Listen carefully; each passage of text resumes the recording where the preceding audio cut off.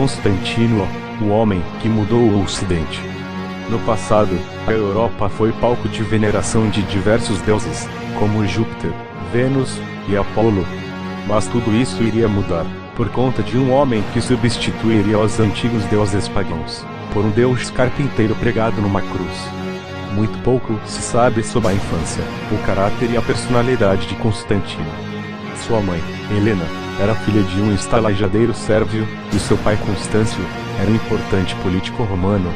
O jovem Constantino cresceu recebendo educação militar, e era praticamente analfabeto, mas possuía um talento para organizar, administrar, e tinha sede de poder e glória.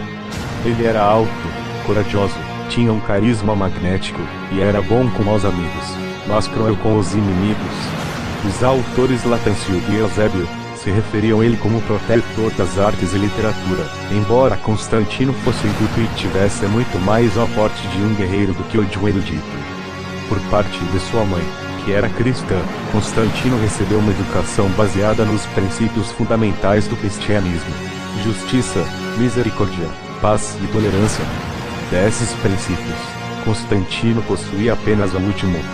Nos anos antes de Constantino nascer, Roma estava mergulhada numa grave crise, com guerras civis e invasões de povos estrangeiros. Para contornar esse problema, o imperador Diocleciano implementou a tetrarquia, uma forma de governo onde há 4 soberanos, mas apenas um chefe de estado. Roma passou a ter 4 imperadores ao mesmo tempo, e cada um com uma porção de seu território. Constâncio, o pai de Constantino, era um dos co-imperadores, e governava a parte mais ocidental do império, da Gália e da Grã-Bretanha. Após o fim do reinado de Diocleciano, se iniciou uma guerra civil entre os co-imperadores, e Constâncio foi um dos que reivindicou o trono. No ano 306, o Constâncio morre, e seu filho, Constantino, é aclamado pelo exército como o novo imperador. A guerra civil continuou e Constantino marchou para combater Magício, que ocupava o trono romano naquele momento. Magício, que tinha uma posição bem defendida na cidade de Roma, cometeu um erro estratégico ao optar por uma batalha aberta. Ele posicionou seus homens em frente à fonte Milvia, no rio Tíber. Na noite anterior à batalha, Constantino teve uma visão, como uma cruz de fogo, dizendo as palavras em latim: In hoc signo vinces, por este sinal serás. Quer tivesse inventado isso, o sonhado, Constantino passaria a adotar Cristo como sua principal divindade. Quando os exércitos se encontraram, Magício tinha uma força maior que a de seu inimigo. Mas Constantino não perdeu tempo e enviou a sua cavalaria a quebrar a cavalaria de Magício, e depois enviou a infantaria que fez o exército de Magício recuar, mas só havia uma rota de fuga, a ponte. Magício morreria afogado, seu corpo seria retirado do rio e a cabeça seria arrancada, e Constantino desfilaria com ela por Roma, anunciando que agora o império possuía novamente apenas um soberano.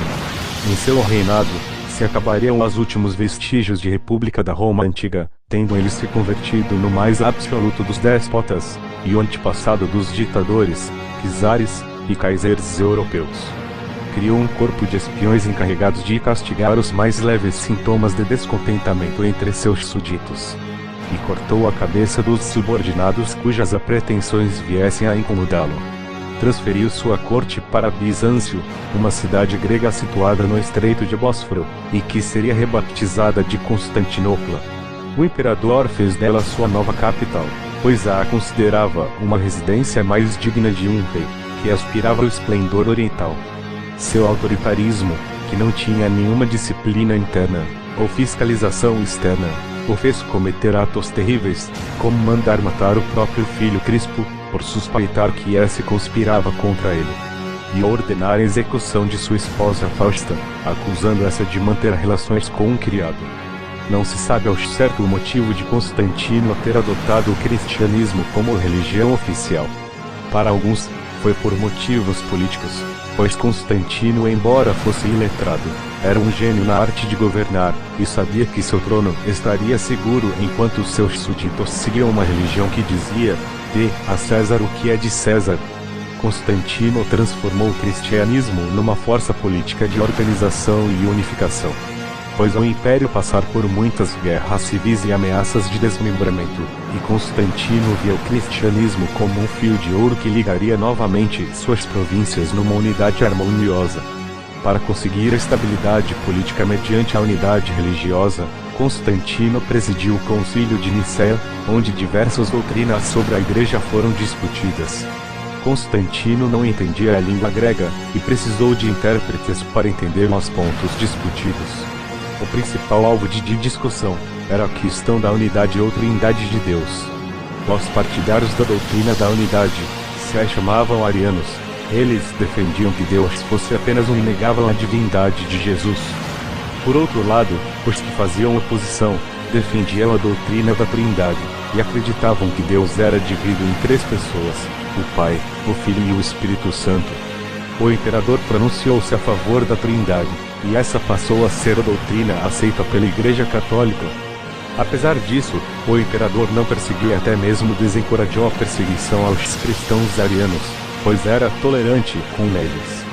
Constantino só seria batizado pela Igreja pouco antes de morrer, em 337, aos 64 anos.